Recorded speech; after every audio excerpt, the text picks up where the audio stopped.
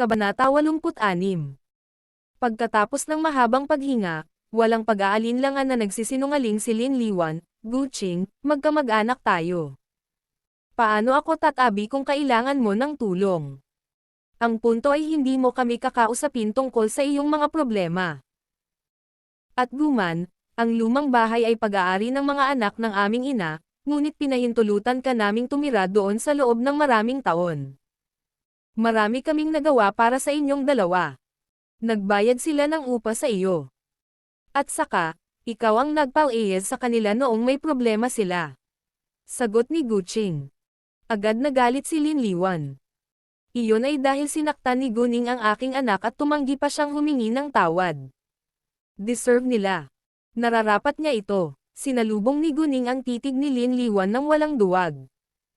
Ikaw. Nay na si Lin Liwan at nagulat din na naglakas loob si Guning na kausapin siya sa ganoong paraan. Ang mga tao sa Gu family, lalo na ang nakababatang henerasyon, lahat ay higit na gumagalang sa kanya, ngunit iba si Guning. Pinahiya pa niya si Gu Xiaoxiao sa harap ng mukha ni Lin Liwan. Ano sa tingin mo ang dapat mong tamaan ang anak ko? Sabi ni Lin Liwan. Ano sa tingin niya para insultuhan niya ako? Tanong pabalik ni Guning. Ano ngayon? Ano ka ba sa tingin mo? Bastos ka. Si Lin Liwan ay nanumpa kay Guning sa publiko, para siyang baliw na babae. Tumahimik ka. Parehong pumalpak sina Guqing at Guman. Sila ay lubos na pinalubha. Lin Liwan, anak ko si Ningning. Hindi ako papayag na ipahiya mo siya. Kumatok si Guman. Si Guman ay banayad, o mahina sa kanilang lawak sa kanyang pang-araw-araw na buhay, ngunit kapag nasangkot si Guning, siya ay magiging isang parkupino at sasalakayin ang kaaway ng sabay-sabay. Wala siyang ama. Isa siyang bastard. Sa halip, hindi na konsensya si Lin Liwan. Sa oras na iyon, naramdaman na lamang ni Lin Liwan na bigla itong nagdilim.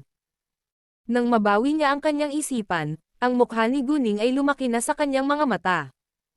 May purong lamig sa mga mata ni Guning. Agad na naramdaman ni Lin Liwan ang matinding pressure. Hindi siya makahinga o makagalaw man lang. Pagkatapos, malamig na sinabi ni Guning, huwag mong isipin na dahil lang sa mas matanda ka sa akin, hindi ako mangangahas na suntukin ka. Kapag narinig ko pa ang salitang bastard sa bibig mo, pagbayaran mo.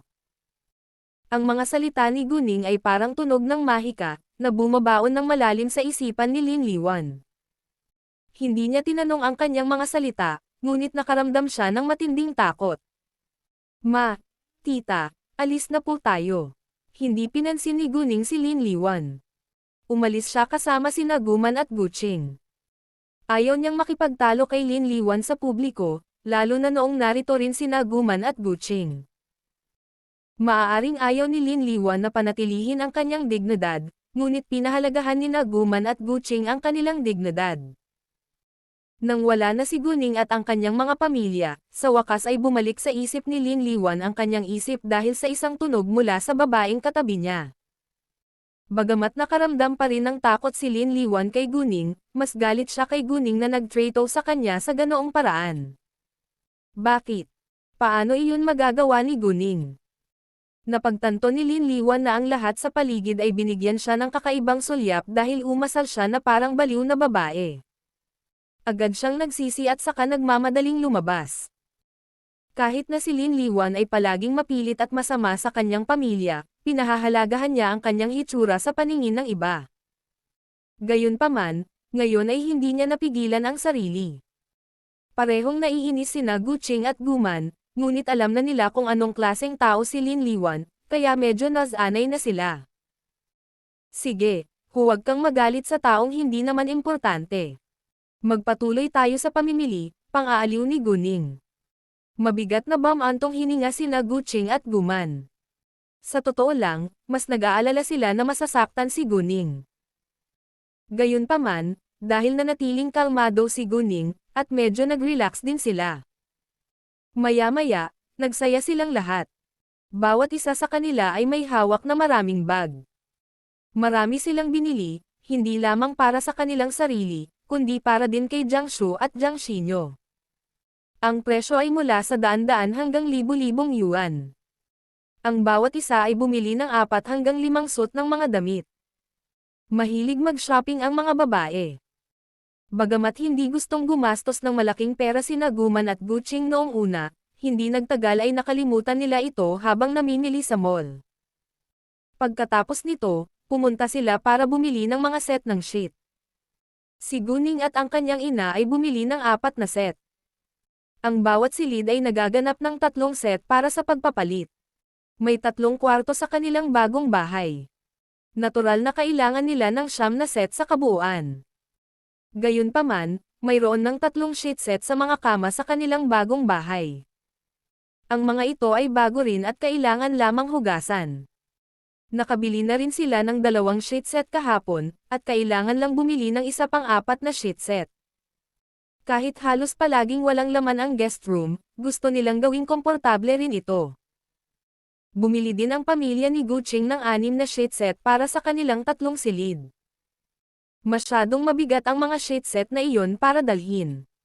Hindi rin sila mailagay ni Guning sa telepathic eye space, dahil ilantad nito ang sarili. Sa makatuwid, maaari lamang nilang kunin ang may-ari ng tindahan upang tulungan sila sa paghahatid. Hindi man ngayon, ngunit nang malapit na silang umalis. Mayroong lahat ng uri ng pagkain sa ilalim ng sahig ng commercial building. Nasa unang palapag ang mga kosmetiko. At nasa ikalawang palapag ang mga alahas. Nasa ikatlong palapag ang mga damit ng babae. Nasa ika-4 na palapag ang mga damit ng lalaki. Nasa ika-5 palapag ang mga kasangkapan at kagamitan sa bahay at nasa ika-6 na palapag ang mga damit at stationery ng mga bata, habang ang musikal. Ang mga instrumento at kagamitang pang-sports ay nasa ika-7 palapag. Nobela. Bumaba si Guning sa ikalawang palapag para bumili ng alahas para kina Guman at Gucci. Bagamat medyo nakakainip ang ginto, angkop ito para sa mga kababaihan sa edad ni Guman at Gucci. Siyempre, mas bagay si Jade, ngunit hindi pa tapos ang kanilang Jade. Kinailangan ni Guning na hintayin si Qin Yifan na bumalik at kunin ang Jade para gumawa ng alahas. Kaya nagpasya siyang bumili ng ginto sa ngayon. Bumili sila ng tig-iisang set. Isang kwintas, isang pares ng hikaw, isang pulseres at isang singsing. Hindi mahal ang ginto. Ang isang set ay hindi lamang ng 40 hanggang 50,000 yuan. Pagkatapos ay pumunta sila para kumuha ng VIP card sa isang high-end na beauty salon malapit sa commercial building. Gayunpaman, limitado ang kanilang oras ngayon, kaya hindi nila ito nagamit kaagad. Pagkakuha nila ng card, almost 5 PM na. Kailangan din nilang umuwi, dahil papaalis na si Jiang Xinyo sa kanyang paaralan para umuwi na rin. Direkta nilang kinuha ang delivery car kasama ang kanilang mga sheet set pauwi. Huminto ang delivery car sa labas ng G-Zone, kaya kinailangan ni Guning at ng kanyang pamilya na dalhin ang lahat ng gamit pabalik ng mag-isa. Sa kabutihang palad, nakabalik na si Jiang Xinyo, at makakatulong siya. Sa dulo, si Jiang Xinyo ay may dalang 2 sheet set, sina Gucci at Guman ay may tig-4 na sheet set, habang si Guning naman ang may dalang iba pang mga bag. Nang sa wakas ay nakauwi na sila, 6 na PM na. Oras na ng kanilang pagkain. Tinawagan ni Gucci si Jiang Shu para tanungin siya kung kailan siya babalik. Si Jiang Shu ay pauwi na, kaya hiniling siya ni Gucci na bumili ng ilang sangkap ng pagkain sa kanyang paglalakbay. Kahit nakakapagod ang araw na iyon, lahat sila ay sobrang saya. Tumalon-talon si Jiang Xinyo dala ang kanyang bagong damit sa kamay. Hindi pa siya nagkaroon ng napakaraming magagandang damit. Bago umuwi si Jiang Shu, nagpapahinga na ang lahat. Sa kabilang panig, si Lin Liwan ay pinalubhan ni Guning. Tumigil siya sa pamimili at umuwi kanina. Nang makauwi na siya, patuloy na minumura ni Lin Liwan si Guning at ang kanyang ina. Anong nangyari? Tanong ng kanyang biyenan. Bagamat narinig niya ang pagmumura ni Lin Liwan kay Guning at sa kanyang ina, hindi niya alam kung ano ang nangyari. Sinabi ni Lin Liwan sa matandang babae ang lahat. Ano? Pinagbantaan ka ngayon ng bastos na si Guning. Hindi ba Lunes ngayon? Bakit wala siya sa school? Nagulat din ang matandang babae. Nang marinig iyon, sa wakas ay napagtanto ni Lin Liwan na Lunes na ngayon, ngunit wala si Guning sa kanyang paaralan. Sino ang nakakaalam? Malamang nag-drop out siya. Sa pagsasabi niyan, naniwala pa nga si Lin Liwan na totoo ito, at nararamdaman na nakaramdam ng saya. Kung talagang nag-drop out siya, she deserved it. Hindi siya humingi ng tawad kay Xiao Xiao, at sinigawan pa ako. Ngumuso sa galit ang matandang babae. Wala man lang siyang simpatiya sa kanyang apo. Oh, kumilos ba si Guqing laban sa aking babala at hinayaan si Guman at Guqing na manatili sa kanya? Tanong ng matandang babae. Hindi ko alam. Sabi niya hindi, bagamat tinanggihan ito ni Guqing, hindi siya pinaniwalaan ni Lin Liwan. Napakataas ng upa sa labas. Paano ito kakayanin ni Guman at Guqing? Hindi, kailangan ko silang tawagan. Ang matandang babae ay tila nasiyahan sa kahihiyan ni Guman at Guning. Agad niyang kinuha ang kanyang telepono at tinawagan si Guman. Sa kasamaang palad, walang sumagot. Sinadya ito ni Guman syempre. Tinawag siya ng matandang babae matapos silang magkaroon ng matinding pagtatalo ni Lin Liwan. Tiyak na tumatawag siya para punahin sila. Ayaw sagutin ni Guman ang tawag. Si Jiang Shu ay naglakad-lakad sa merkado ng mga materyales sa konstruksyon. May magandang lokasyon para magbukas ng tindahan, ngunit napakaliit nito. May magandang pagpipilian si Jiang Shu, ngunit ang tindahan ay matatagpuan sa labas ng merkado ng mga materyales sa konstruksyon. Ito ay kapansin-pansin at napakalaki, humigit kumulang 300 metro kwadrado, at ang taunang upa ay 500,000 yuan. Kung kumikita ang kanyang negosyo, maaari niyang ibalik ang bayad sa mga utility sa loob ng ilang buwan, ngunit kung hindi kumikita ang kanyang negosyo, mahirap makipagkasundo sa loob ng 1 taon.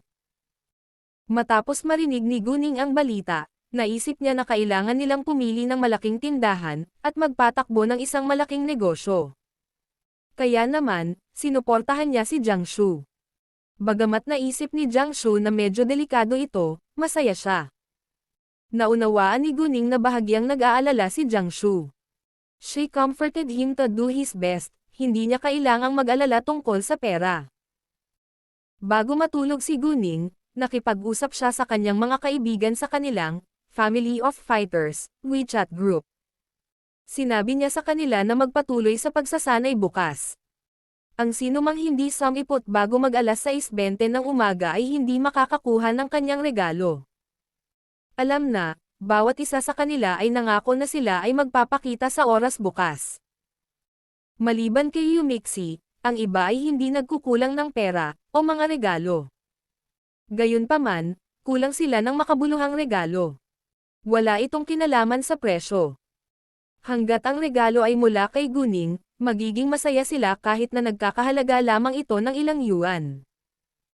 Kinaumagahan, bumangon si Guning ng 5:30 AM at umalis sa bahay niya ng 5:35 AM.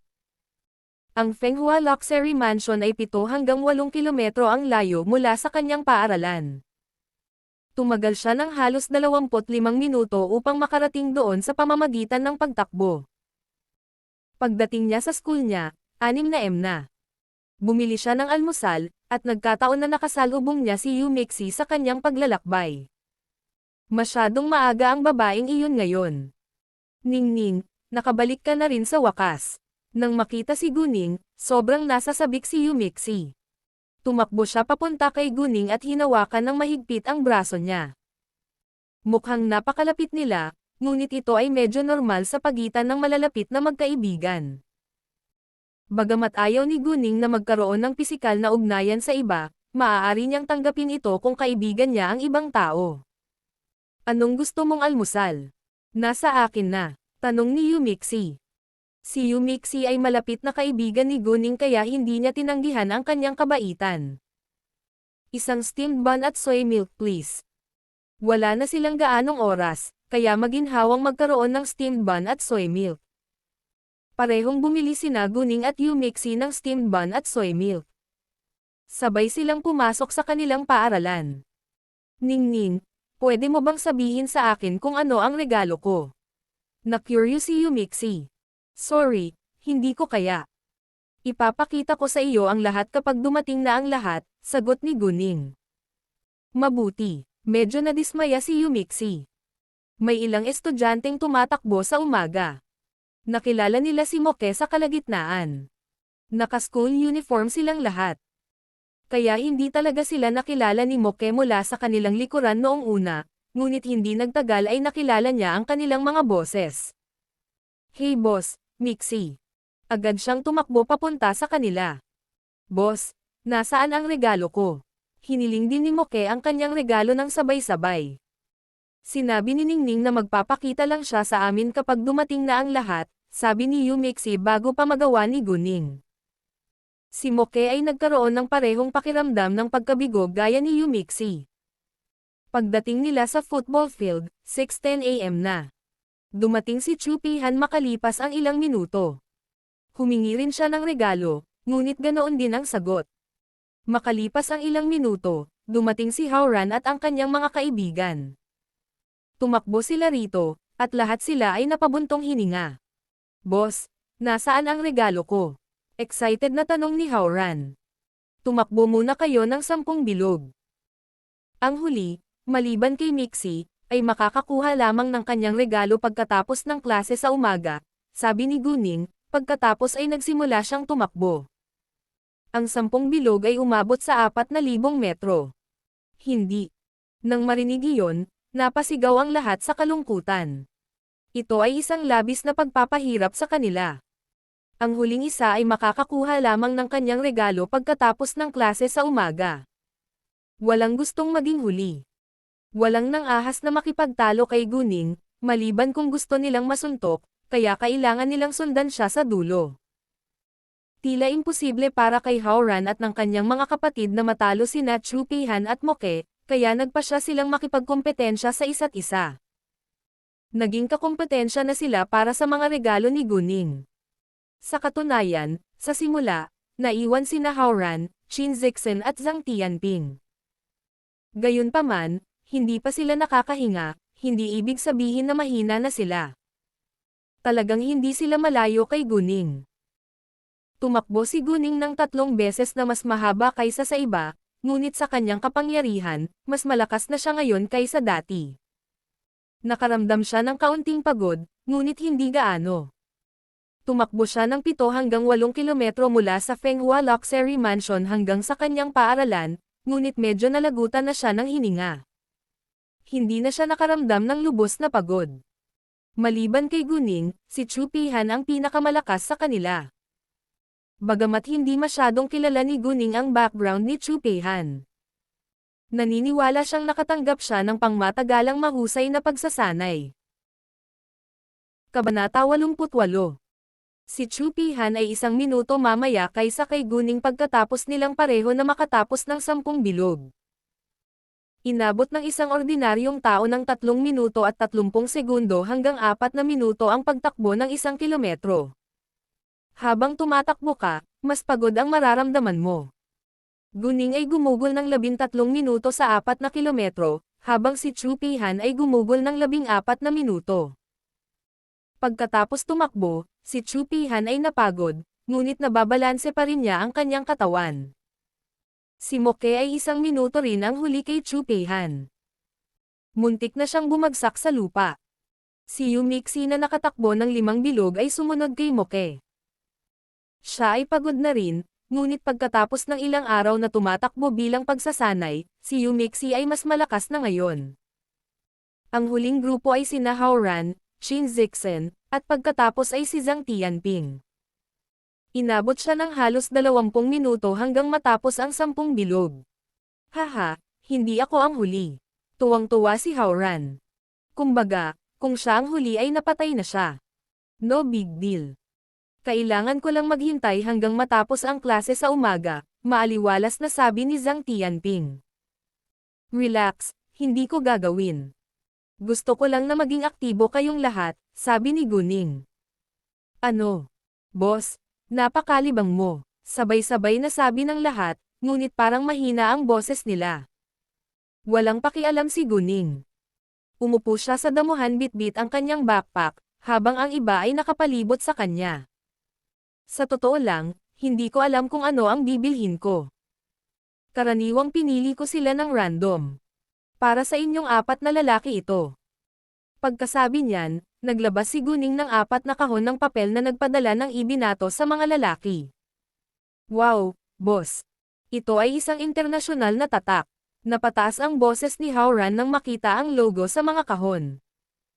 Eksakto, boss, nakapulot ka na ba ng pera sa kalsada? Tanong ni Moke.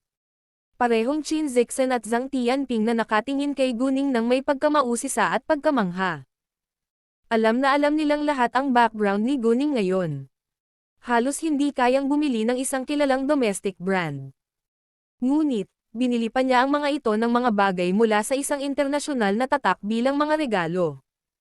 Anong tatak? Agad na kinuha ni Chu Peihan ang kahon mula kay Moke. Sinulyapan niya ito, at laking gulat niya, G. Si Armani yun. Nagulat din siya kay Guning.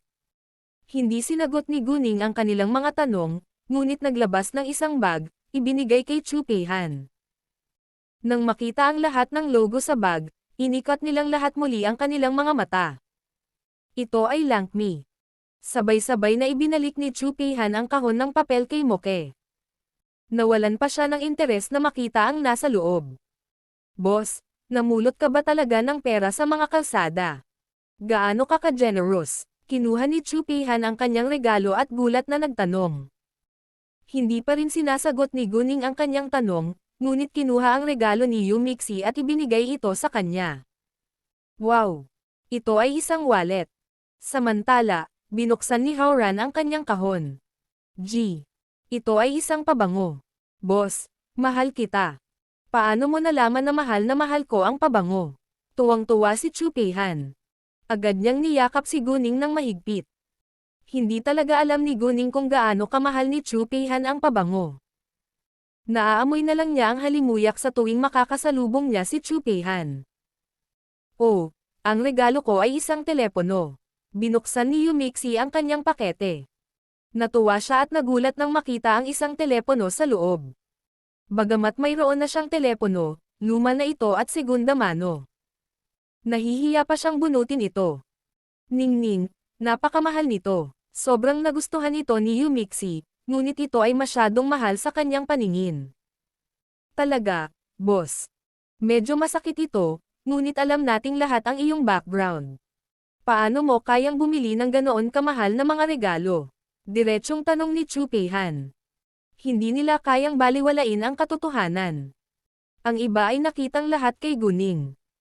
Hindi na sila umimik pero bakas sa mukha nila ang pagkagulat. Nakaramdam si Guning ng init sa kanyang puso sa pag-aalaga ng lahat ng kanyang mga kaibigan. Bagamat hindi niya masyadong masabi sa kanila, nagpasya siyang sabihin sa kanila ang isang bagay.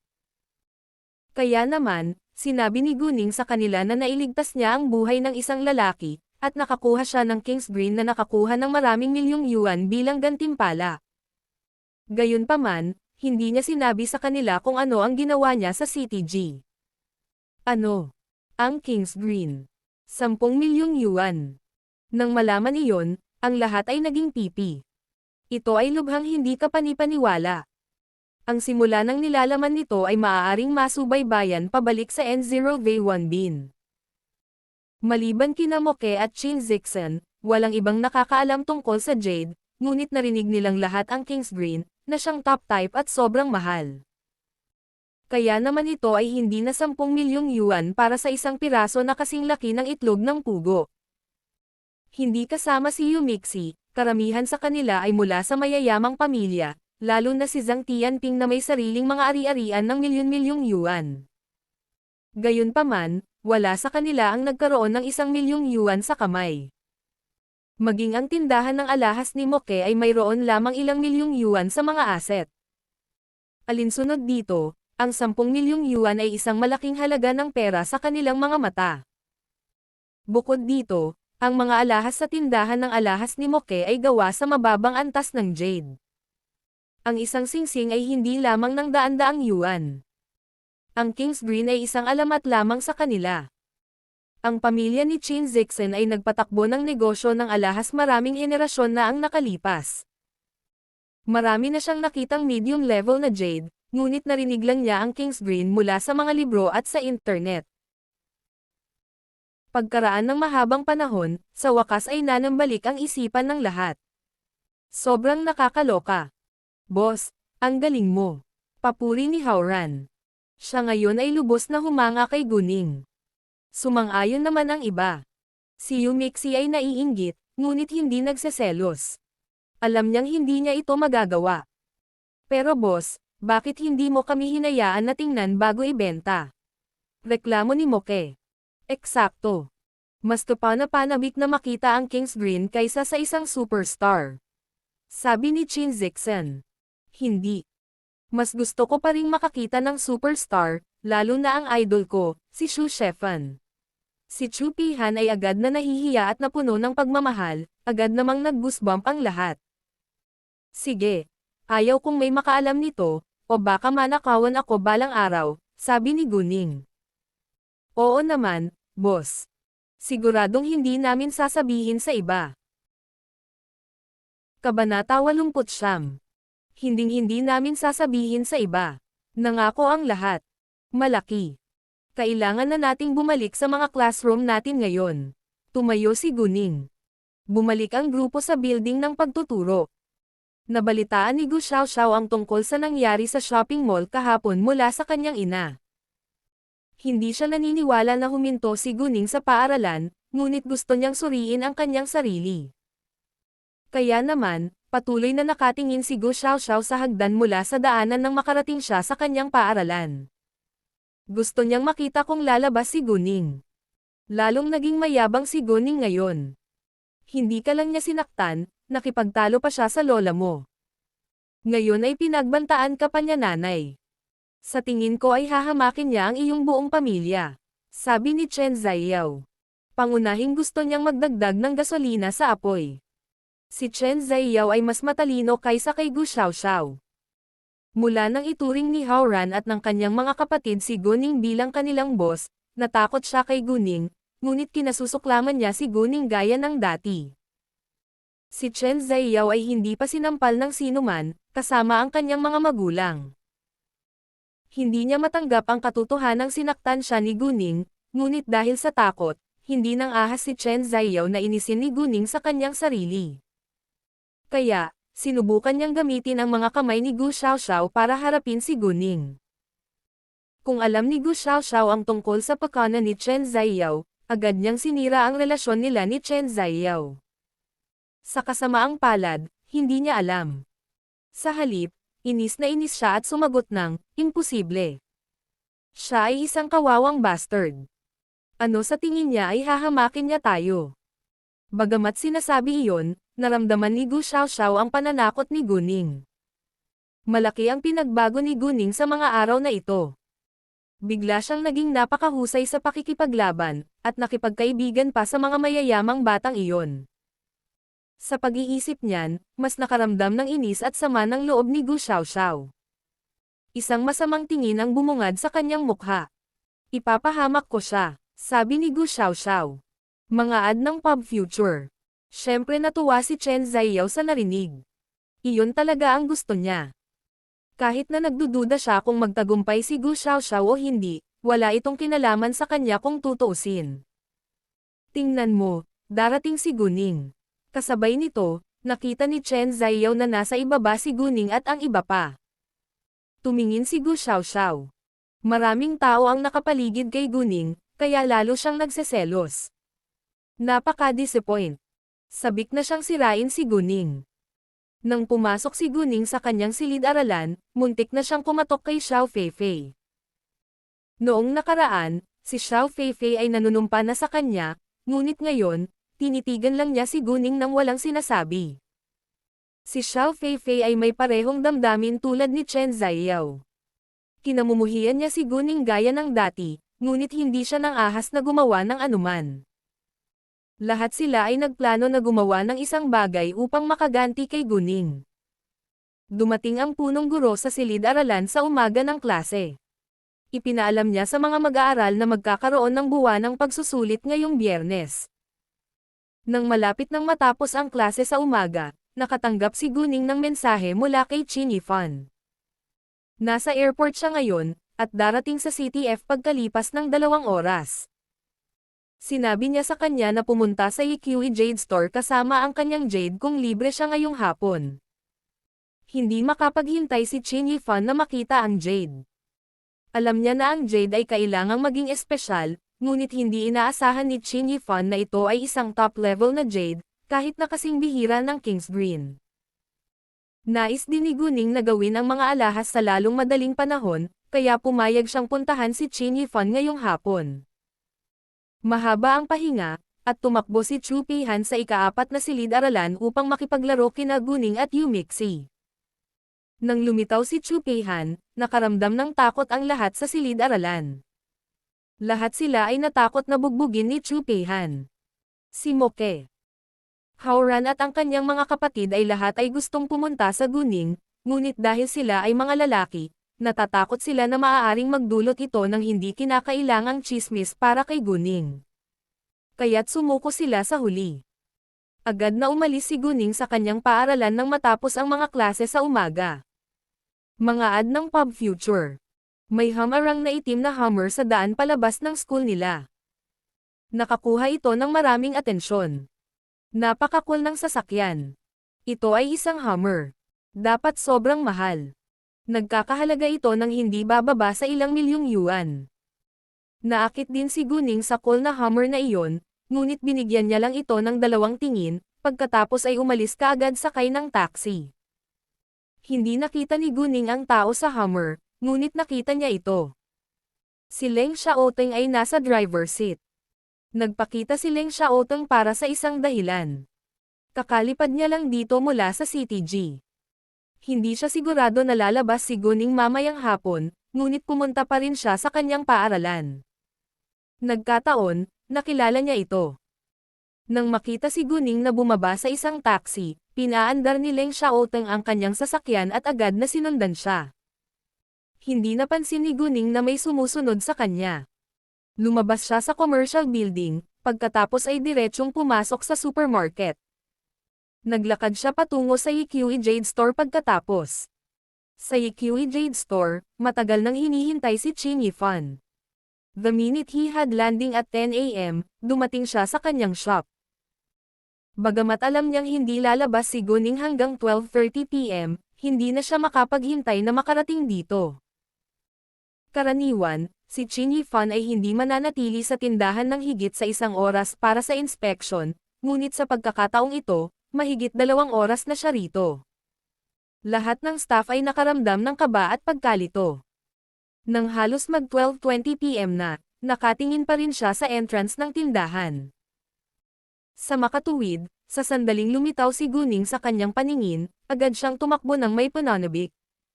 Guning, sa wakas nandito ka na. Halika, ipakita mo sa akin ang Jade. Hinimok ni Qin Yifan. Relax. Pumasok muna tayo sa loob. Inilibot ni Guning ang kanyang mga mata. Hindi angkop na ilabas ang gayong mga bagay sa publiko. Nakangiti si Qin Yifan. Agad niyang sinalubong si Guning sa loob. Sa sandaling pumasok si Guning, nakilala siya ng lahat ng staff sa EQE Jade Store.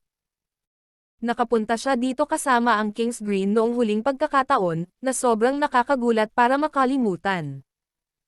Nang makitang tuwang-tuwa ang kanilang amo, naisip ng lahat na ang babae ay may ilang mahalagang jade na ibebenta muli sa pagkakataong ito. Sa pag-iisip na iyon, ang karamihan ay hindi na mananatiling kalmado. Nakatuon silang lahat kay Guning, ngunit ginabayan ni Qin Yifan si Guning sa paglalakad papunta sa kanyang opisina. Hindi nila ito makita sa kanilang sarili, at lahat sila ay nabigo. Nang nasa opisina na ang dalawa, inimbitahan ni Qin Yifan si Guning na maupo. Pagkatapos ay hinimok niya, "Ngayon, maaari mo bang ipakita sa akin ang Jade?" Ngumiti si Guning nang nagbitiw. Kinuha niya ang kanyang backpack at binuksan ito. Maingat na binalot ang Jade. Inabot niya ito kay Qin Yifan. Kabanata 10. Halos kunin ni Qin Yifan ang pakete mula kay Guning at agad itong binuksan. Nang makita niya ang Jade sa loob, nagulat siya. Tumingin siya kay Guning. Napakadi ka panipaniwala. Ito ang Fulusho Jade. At ito ay napakalaki. Kinikilala ng lahat ang Fulusho Jade ay kasing bihira ng King's Green. Napakabihirang bumili ng isa kahit na sobrang yaman mo. Oo. Balak kong gamitin ito para gumawa ng 4 na bracelet, 4 na pare ng hikaw, 4 na pendants, at isang malapad na singsing. Ang malawak na singsing ay kasing laki lamang ng iyong hinlalaki. At ang iba ay maaaring gawing ilang pendants o pares ng hikaw, sabi ni Guning. Nang marinig iyon, napabuntong hininga si Qin Yifan. Gusto mo bang idisenyo natin ang kanilang mga pattern? Tanong niya. Oo. Kung tungkol sa mga palawit ng jade. Ang isa ay dapat naukit ng ahas. Ang isa ay hinukit ng baka, ang isa ay hinukit ng isang koneho, at ang isa ay hinukit ng isang dragon. Ito ang mga Chinese zodiac signs ng Gulalaki, Guqing, Guning, at Jiangxinyo. Sa parehong pagkakasunod-sunod, mangyaring hiwa-hiwalay ang lalaki, Qing, Ning, at Yu, sa likod. At mangyaring gawin ang parehong bagay sa loob ng 4 na pulse areas. Isinulat ko na sila sa papel. Tulad ng para sa mga hikaw, walang partikular na kahilingan. Huwag lang masyadong common please. Para sa malawak na singsing, pakiukit ang shu sa loob. Para sa iba pang jade, gumawa ng anumang alahas na maaari mong gawin. Oo naman, sagot ni Qin Yifan. Parang may gusto siyang sabihin. Napansin ni Guning, at naisip niyang gusto ni Qin Yifan ng tulong, kaya tinanong niya ito, sabihin mo lang sa akin kung may gusto kang sabihin. Medyo nahihiya pa rin si Qin Yifan na ibuka ang kanyang bibig. Ngunit pagkaraan ng ilang sandali, nagtanong siya, plano mo bang ipadala sa iba ang mga alahas na ginawa mula sa natitirang jade? Iyon ay exception of this content can be traced to N0V1 billion euros N. Hindi. Ibebenta ko sila, sabi ni Guning. Nang malaman iyon, agad na natuwa si Qin Yifan. Agad niyang tinanong ng may pananabik, pwede bang ibenta mo sa akin ang natitirang jade? Gusto ni Qin Yifan na gamitin ang Fulusho Jade para gumawa ng mga hikaw at pendants para sa kanyang ina. Hindi alam ni Guning kung ano ang sasabihin noong una. Sinadya niyang ilagay ang Fulusho na alahas sa kanyang tindahan upang makaakit ng mga customer, ngunit dahil tinanong siya ni Qin Yifan, hindi siya pumayag na tanggapin siya. Sa kanyang jade eyes, makakatuklas si Guning ng mas mahalaga jade hanggat pumunta siya sa Province Y. Mga ad ng pub future. Kaya, sumang-ayon si Guning, walang problema. Tuwang-tuwa si Qin Yifan sa pagsang-ayon na sagot ni Guning. Maliban sa bahaging kailangan ni Guning sa paggawa ng alahas, may sapat na natira upang makagawa ng isa pang 2 jade pendants at 2 pares ng hikaw. Nagplano si Qin Yifan na gumawa ng pendant at isang pares ng hikaw para sa kanyang ina at sa kanyang nakatatandang kapatid na babae.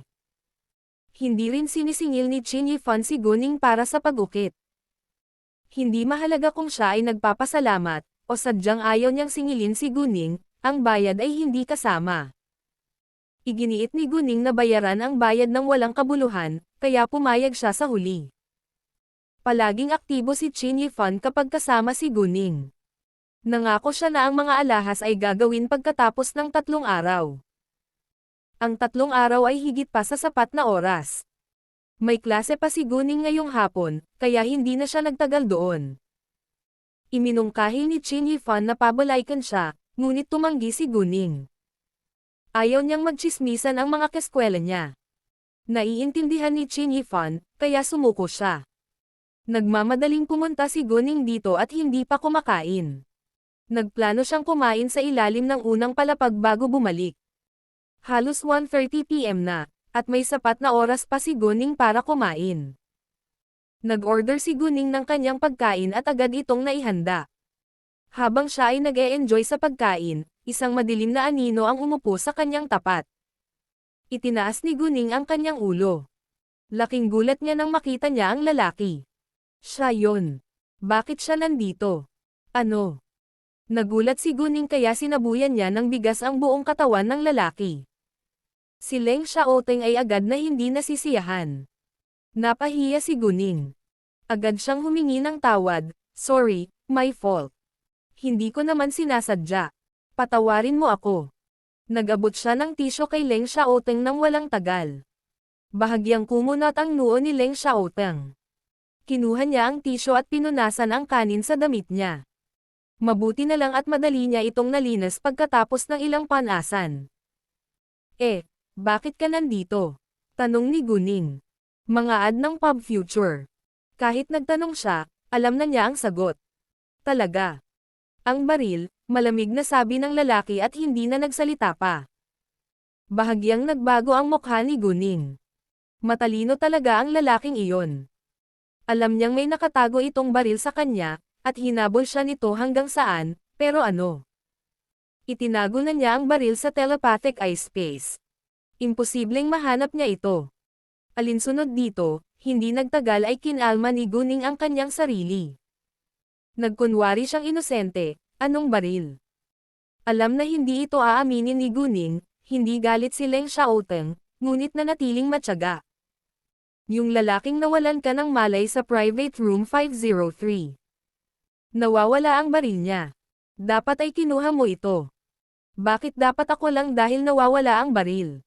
Gumanti si Guning, bagamat kinuha niya ang baril. "Kung hindi ikaw, dapat ay ang lalaking kasama mo," sabi ni Leng Xiaoteng. Naniniwala pa rin si Leng Xiaoteng na si Guning ang kumuha ng baril. Hindi nakaimik si Guning. Gusto niyang sabihin na maaaring kinuha ito ng manager ng hotel, ngunit hindi niya magawa.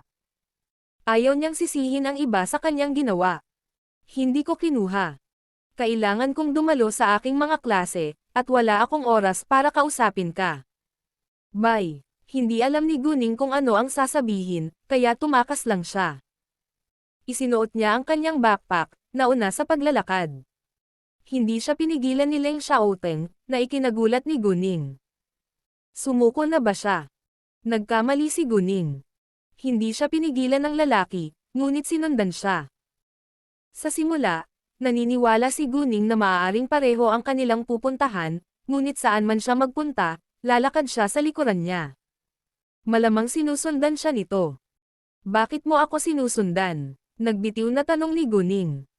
Kailangan ba niyang ibalik ang baril sa kanya?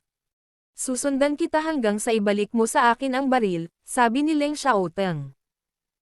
Muling natahimik si Guning, ngunit talagang nag-aatubili siyang ibalik ang baril sa kanya. Bagamat alam niyang hindi siya madaling makakawala dito, gusto niyang subukan ito. "Dahil naniniwala kang nasa akin ang baril, maaari mo itong hanapin." Humakbang pasulong si Guning, na parang handa na siyang hanapin ang kanyang katawan. Walang malay na umatras si Leng Xiaoteng. Bahagya siyang kumunot ang noo na may bakas ng disgusto sa mga mata. "Sinabi kong hindi ko kinuha ang baril, at hindi ka maniniwala. Ngayon hinahayaan kitang hanapin ito, ngunit ayaw mong gawin ito. Kaya, please stop following me, or I'll call the police." Pagbabanta ni Guning sa kanya, saka tumalikod na naglakad palayo. Sa pagkakataong ito, hindi na siya sinundan ni Leng Xiaoteng. Nakatayo siya roon habang pinagmamasdan si Guning na mawala sa kanyang paningin. Gayunpaman, hindi ibig sabihin na sumuko na siya ng ganoon na lamang. Ayaw lang niyang gumawa ng eksena. Nang makitang tumigil si Leng Xiaoteng sa pagsunod sa kanya, gamaan ang loob ni Guning.